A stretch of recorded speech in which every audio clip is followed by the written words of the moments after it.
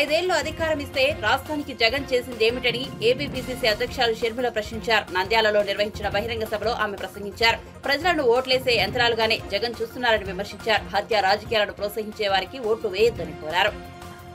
ఎవరు డబ్బులు ఇచ్చినా తీసుకోండి, మీ డబ్బులే కదా.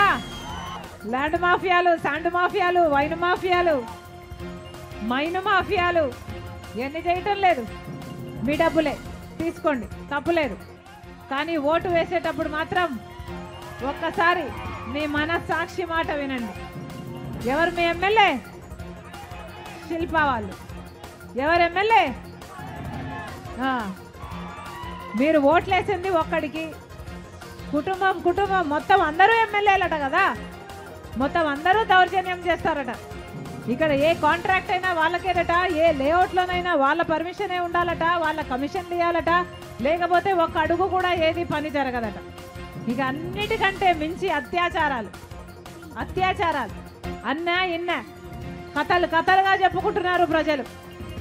మళ్ళీ ఇన్ని అరాచకాలు చేసినా, ఇన్ని దౌర్జన్యాలు చేసినా, ఇన్ని హత్యలు చేసినా, మైనర్ బాలికల రేప్ కేసులున్నా, ఇంత అరాచకం జరుగుతున్నా ఒక్క ఎంక్వైరీ అయినా వీళ్ళ మీద పడిందా?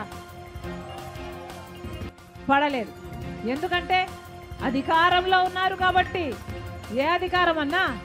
మీరిచ్చిన అధికారం. మీరు ఓట్లేస్తే గెలిచారు, మళ్ళా వాళ్ళకే సీట్ ఇచ్చాడు జగన్మోహన్ రెడ్డి గారు. ఇంకేమనాలి? యథేచ్ఛగా రాష్ట్రంలో ఎక్కడ పడితే అక్కడ అరాచకాలు చేసుకోండి, హత్యలు చేసుకోండి. ఆఖరికి సొంత చిన్నాన్న విషయంలో కూడా హత్య జరిగితే మళ్ళీ అదే అవినాష్ రెడ్డి గారికి అక్యూజ్డ్ గా సిబిఐ చెప్తుంది అక్యూజ్డ్ అని. మళ్ళీ అదే అవినాష్ రెడ్డికి సీట్ ఇచ్చారు అంటే ఇక హత్య రాజకీయాలు, రౌడీ రాజకీయాలు, ఇది మాఫియా రాజకీయాలు, గూండా రాజకీయాలు కాకపోతే ఇక ఏమిటి? ఇందుకేనా అధికారం ఇచ్చింది? ఇందుకేనా అన్నా జగన్మోహన్ రెడ్డి గారికి అధికారం ఇచ్చింది? ఎందుకు చేశారు ముఖ్యమంత్రిగా? కుందు నది, ఆ నది విస్తీర్ణం చేస్తాము, అది ఉప్పొంగకుండా చూసుకుంటాము, నంద్యాలలోకి రాకుండా నష్టం జరగకుండా చూసుకుంటాము అని జగన్మోహన్ రెడ్డి గారు చెప్పారా? అయిందా అన్నా? మరి ఎందుకు వేయాలన్నా వీళ్ళకు ఓట్లు? ఎన్ని మాటలు చెప్పారు, ఎన్ని కథలుగా చెప్పారు. వీళ్ళ రాజశేఖర రెడ్డి గారి ఆశయాలను నిలబెట్టేది. సంక్రాంతి వచ్చినప్పుడల్లా జాబ్ క్యాలెండర్ వస్తుందని చెప్పాడా లేదా? సంక్రాంతి ప్రతి సంవత్సరం వస్తుంది, ప్రతి జనవరిలో జాబ్ క్యాలెండర్ కూడా వస్తుంది అన్నాడే జగన్మోహన్ రెడ్డి గారు. మరి 5 సంవత్సరాలు అయింది, 5 సంక్రాంతులు అయిపోయాయి. ఎన్ని క్యాలెండర్లు వచ్చాయి? ఒకటైనా వచ్చిందా? ఒక్క జాబ్ క్యాలెండర్ అయినా వచ్చిందా? ఇలాగే మైకు పట్టుకొని 5 సంవత్సరాల కింద జగన్మోహన్ రెడ్డి గారు చెప్పిన మాట 2,30,000 ఉద్యోగాలు ఖాళీగా ఉన్నాయి ప్రభుత్వ శాఖల్లో, అవన్నీ భర్తీ చేస్తానన్నాడు జగన్మోహన్ రెడ్డి గారు. ఈ రోజుకి 5 సంవత్సరాలు అయిపోయింది. ఎన్ని భర్తీ చేశారు? మళ్ళీ అదే 2,25,000 ఉద్యోగాలు ఈ రోజు వరకు కూడా ఖాళీగా ఉన్నాయి. మరి 5 సంవత్సరాల అధికారం ఇస్తే ఏం చేశారు? గుడ్డి గుర్రాలకు పళ్ళు తోమారా? గాడిదలు కాశారా? ఏం చేశారు? ఒక్క ఉద్యోగం కూడా ఇవ్వలేదు.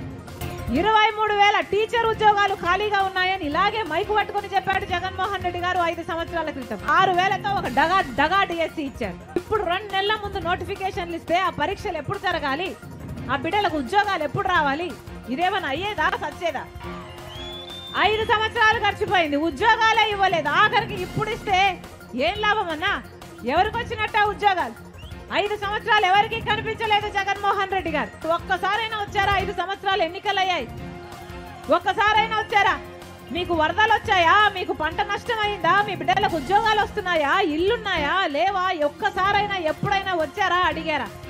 ఇప్పుడు సిద్ధమని బయలుదేరారు. ఎన్నికలు వచ్చాయి కాబట్టి సిద్ధమని బయలుదేరారు. అంటే ఏమిటి అర్థం? మీరందరూ జగన్మోహన్ రెడ్డి గారి దృష్టిలో ఓట్లేసే యంత్రాలుగా చూస్తున్నారు మిమ్మల్ని. మీరిచ్చిన అధికారాన్ని దుర్వినియోగం చేస్తూ ఈరోజు హంతకులను కూడా కాపాడుతున్నారు.